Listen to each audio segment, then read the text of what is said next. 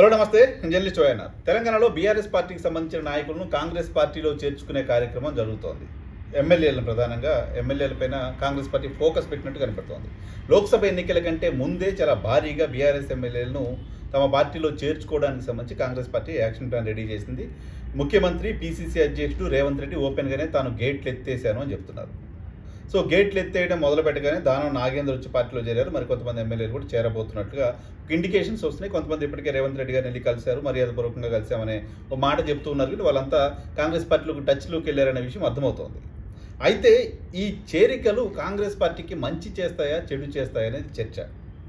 తెలంగాణ రాష్ట్రం ఏర్పడ్డ తర్వాత బీఆర్ఎస్ ప్రభుత్వం, బీఆర్ఎస్ అధినేత కేసీఆర్ ప్రధానంగా ఎదుర్కొన్న విమర్శ ప్రజాస్వామ్యం లేకుండా చేస్తున్నారు, ప్రజాస్వామిక గొంతులు లేకుండా చేస్తున్నారు, ప్రజాస్వామ్యంలో వింత పోకళ్ళు పోతున్నారు, ఇతర పార్టీలని లేకుండా చేసే కుట్ర చేస్తున్నారు.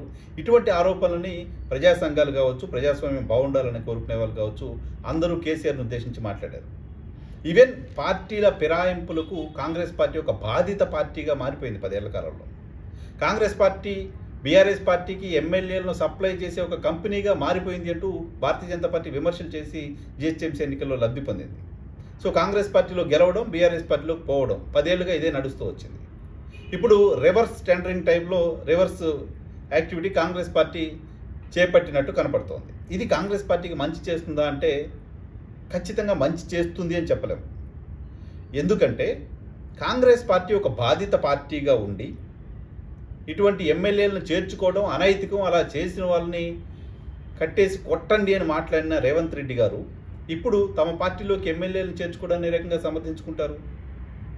బీఆర్ఎస్ పార్టీ చేసింది ప్రజాస్వామ్యానికి ఇబ్బంది కలిగించేది అయినప్పుడు తాము చేస్తుంది మంచి ఎలా అవుతుంది? బీఆర్ఎస్ పార్టీ అలా చేస్తుంది కాబట్టే, అది తప్పని ప్రజలు నమ్మారు కాబట్టే, అది తప్పంటూ 10 ఏళ్లుగా మీరు చేస్తున్న ఆర్గ్యుమెంట్ని ప్రజలు బిలీవ్ చేశారు కాబట్టే కాంగ్రెస్ పార్టీకి ఓట్లు వేశారు, కాంగ్రెస్ పార్టీకి అధికారం ఇచ్చారు. ఇప్పుడు అదే పని కాంగ్రెస్ పార్టీ చేస్తూ వస్తుంటే ఎందుకు ప్రజలు సహించాలి? ఇది ఏ రకమైన ప్రజాస్వామ్యం?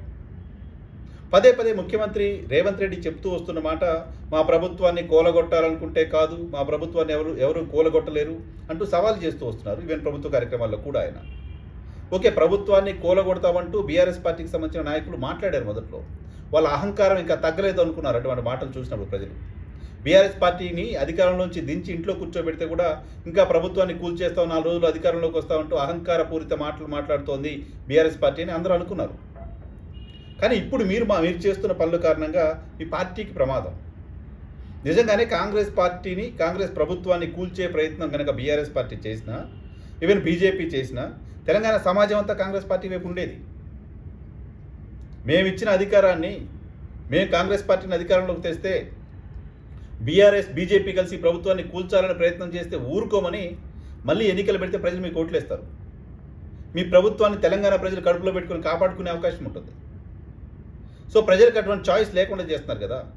మీరు కూడా అదే తరహా అనైతిక కార్యక్రమాలను, అనైతిక చేరికలను ప్రోత్సహించి మీకు వాళ్ళకి ఏం తేడా లేదు అని ప్రూవ్ చేస్తున్నారు. సో ఇప్పుడు రేవంత్ రెడ్డి గారు నమ్మాల్సింది తమ పార్టీ ఎమ్మెల్యేలు తమతోటే ఉంటారని నమ్మాలి, తమ ప్రభుత్వం పడిపోదు అని ఆయన నమ్మాలి. తమ ప్రభుత్వం పడిపోకుండా ఉండాలంటే బీఆర్ఎస్ పార్టీ ఎమ్మెల్యేలు తెచ్చుకోవడం కాదు, తమ ప్రభుత్వాన్ని పడగొట్టాలనే ప్రయత్నం బీఆర్ఎస్ చేస్తోంది అంటూ ప్రజల్ని ఎప్పటికప్పుడు అప్రమత్తం చేస్తూ రావాలి. ప్రజలను చూపించి బీఆర్ఎస్ పార్టీని భయపెట్టాలి తప్ప బీఆర్ఎస్ ఎమ్మెల్యేలను చేర్చుకుని బీఆర్ఎస్ని భయపెట్టాలని చూస్తే ప్రజలకు మీరు శత్రువు అవుతారు. ఈ లాజిక్ మిస్ కాకూడదు. తెలంగాణలో 10 ఏళ్ల తర్వాత కాస్త స్వేచ్ఛా వాతావరణం వచ్చింది, కాస్త ప్రజాస్వామ్య విలువలు ఉన్నాయి. ఇవన్నీ మాట్లాడుతూ ఉన్న క్రమంలో మీరు కూడా ఇతర పార్టీల ఎమ్మెల్యేలను చేర్చుకునే కార్యక్రమానికి శ్రీకారం చుట్టడం అంటే ఏం మారింది? ప్రభుత్వం మారితే ఏం కొత్తగా ఉంది బీఆర్ఎస్ కంటే అని ప్రజలు అనుకునే ప్రమాదం ఉంది. సో కాంగ్రెస్ పార్టీకి భవిష్యత్తులో బీఆర్ఎస్ నుంచి వలసలు నష్టం కలిగించబోతున్నాయి రాజకీయంగా.